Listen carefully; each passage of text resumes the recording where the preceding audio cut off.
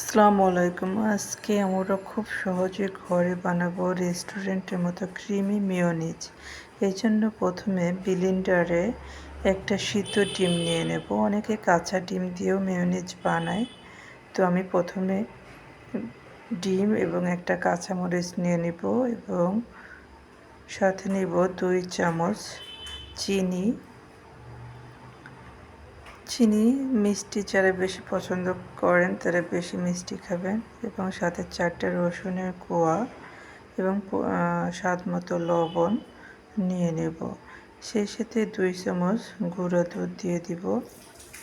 গুঁড়া দুধ দেওয়া হয়ে গেলে আমরা এই পর্যায়ে পরিমাণ মতো রান্নার রেগুলার তেল ইউজ করব। রেগুলার তেল দেওয়ার পরে আমরা 1 স্লাইস লেবু দিব। লেবু দিলে টক ফ্লেভারের জন্য এবং মেয়োনিজটা খেতে আরও অনেক মজা হয়। সবগুলো উপকরণ নেওয়ার পরে আমরা ব্লেন্ডারে দিয়ে দিব। ভালো করে ব্লেন্ড করব। ব্যাস তৈরি হয়ে গেল সুস্বাদু হোমমেড মেয়োনিজ। পিৎজা, গ্রিল বা স্যান্ডউইচের সাথে দারুণ লাগবে। আপনিও বানাতে পারেন হোমমেড মেয়োনিজ রেসিপি। অনেকে মেয়োনিজ খেতে পছন্দ করেন কিন্তু বানাতে পারেন না, তাদের জন্য এই রেসিপিটি।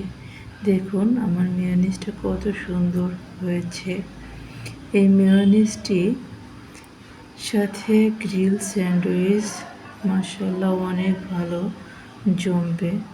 আমার ভিডিওগুলো ভালো লাগলে লাইক, কমেন্টস এবং শেয়ার করে দিবেন এবং আমার চ্যানেলটি সাবস্ক্রাইব করে রাখবেন এরকম তথ্যযুক্ত ভিডিও পেতে। ধন্যবাদ সবাইকে। আসসালামু আলাইকুম। ভালো থাকবেন। বায়োটিক শারমিন ওয়ার্ল্ডের পাশে থাকবেন। ধন্যবাদ।